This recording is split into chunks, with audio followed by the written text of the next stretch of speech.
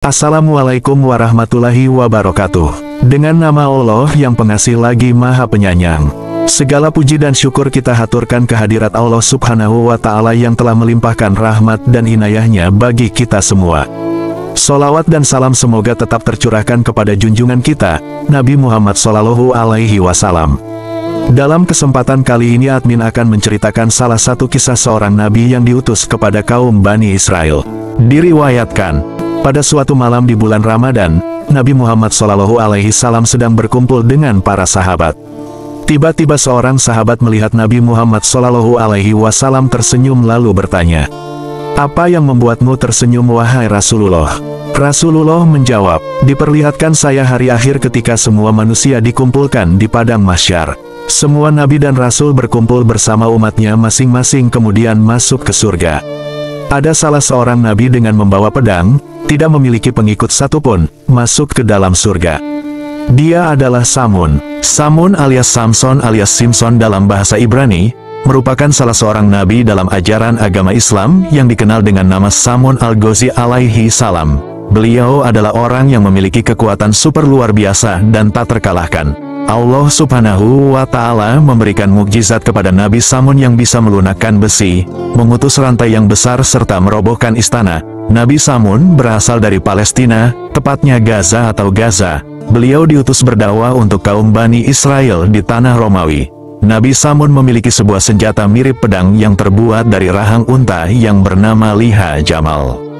Diceritakan hanya dengan pedang tersebut, Nabi Samun telah membunuh ribuan kaum kafir. Ketika Nabi Samun haus, pedang itu dapat mengeluarkan air. Dan ketika dia lapar, pedang itu bisa menumbuhkan daging. Itulah salah satu mukjizat yang Allah subhanahu wa ta'ala berikan kepadanya. Pada masa itu di kalangan Bani Israel, semua orang menjadi penyembah berhala dan hanya mementingkan harta benda. Maka diutuslah Nabi Samun untuk menyampaikan risalah Allah subhanahu wa ta'ala dengan penuh ketakwaan. Dalam berdakwah, beliau selalu menyebut La ilaha illallah, yang artinya tiada Tuhan selain Allah. Namun karena begitu sesatnya mereka, hingga Nabi Samun tidak memiliki pengikut satu orang pun. Hal itu tak menjadi masalah baginya.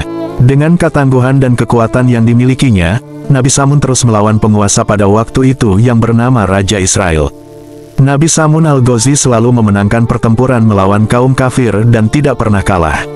Kaum kafir sampai ketakutan dibuatnya. Hingga akhirnya Raja Israel memakai cara-cara licik untuk menaklukkan Nabi Samun. Sang raja mengadakan sayembara kepada siapa saja yang berhasil mengikat dan membawa Nabi Samun ke istananya, maka akan diberikan imbalan berupa emas dan permata yang sangat banyak. Dan raja pun kemudian mempunyai ide untuk menawarkan hadiah kepada istri Nabi Samun. Raja bertanya, "Wahai istri Samun, apakah kamu mencintai suamimu?" Sang istri sedang menjawab, "Tentu saja Raja." Kemudian raja bertanya lagi, "Kamu tahu bahwa ia membuat kita semuanya ketakutan?" Sang istri berkata, "Saya tentu juga tahu itu Raja."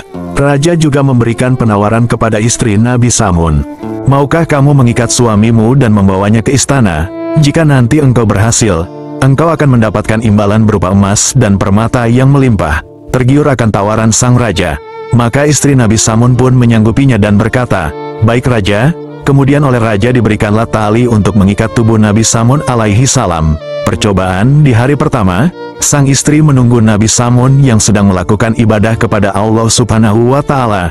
Namun karena terlalu lama akhirnya sang istri ketiduran. Hari berikutnya ketika Nabi Samun sedang tertidur, sang istri kemudian mengikat badannya. Nabi Samun lalu terbangun dan bertanya, "Wahai istriku, apakah kamu yang mengikat tubuhku?" Sang istri menjawab, "Aku hanya mencoba seberapa kuatkah dirimu." Kemudian tanpa kesulitan tali itu diputuskan oleh Nabi Samun al-Ghazi dan pada percobaan kedua, ketika Nabi Samun sedang tertidur, istrinya mengikatnya dengan menggunakan rantai yang sangat kuat. Nabi Samun terbangun dan bertanya, "Wahai istriku, apakah engkau yang mengikatku dengan rantai ini?" Sang istri menjawab, "Aku hanya mencoba, seberapa kuatkah dirimu?" Kemudian tanpa kesulitan rantai itu pun dapat diputuskan oleh Nabi Samun al-Ghazi. Karena penasaran, sang istri lalu bertanya kepada Samun, "Engkau ini manusia, pasti suatu saat mati juga, tapi apa dan bagaimana kelemahanmu?" "Kelemahanku sebenarnya rambutku sendiri," jawab Samun. "Ikatlah tubuhku dengan rambut-rambutku, maka itulah yang sebenarnya membuatku lemah." Maka keesokan harinya sang istri pun memotong dan mengikat tubuh Nabi Samun dengan potongan-potongan rambutnya sendiri. Setelah lemah tak berdaya, sang istri mengabarkan kepada Raja Israel, kemudian dibawalah Nabi Samun ke istana. Di sana beliau disiksa dan akan dibunuh secara perlahan. Kedua mata dibutakan, telinga, kaki dan tangan pun dipotong. Atas kejadian itu Allah Subhanahu wa Ta'ala memerintahkan malaikat Jibril alaihi salam turun dan menemui Nabi Samun lalu bertanya, "Apa yang kamu inginkan wahai Nabiullah?"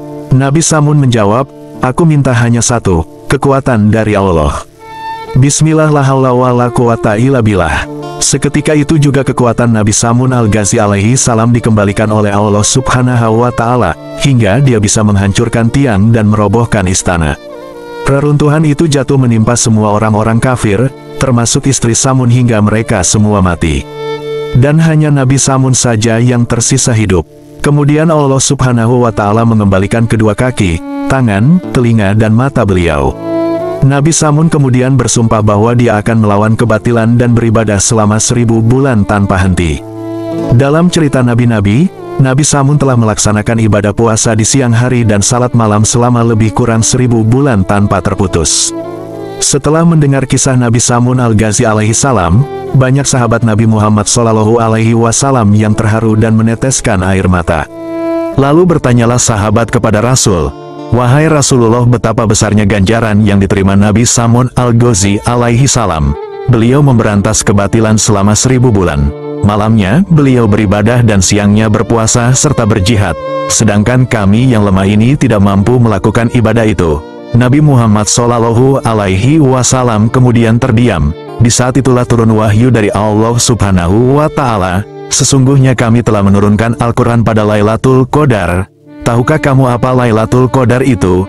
Lailatul Qadar itu lebih baik daripada 1000 bulan. Pada malam itu turun para malaikat dan Jibril dengan izin Tuhannya untuk mengatur semua urusan.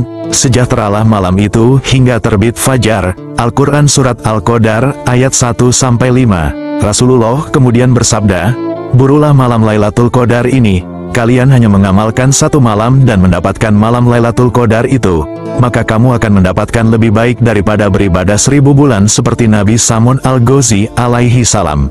Kisah tersebut sangat masyhur di kalangan umat muslim, dan semoga kita bisa memetik dan mengambil pelajaran dari cerita tersebut di atas. Semoga video ini bermanfaat. Wassalamualaikum warahmatullahi wabarakatuh.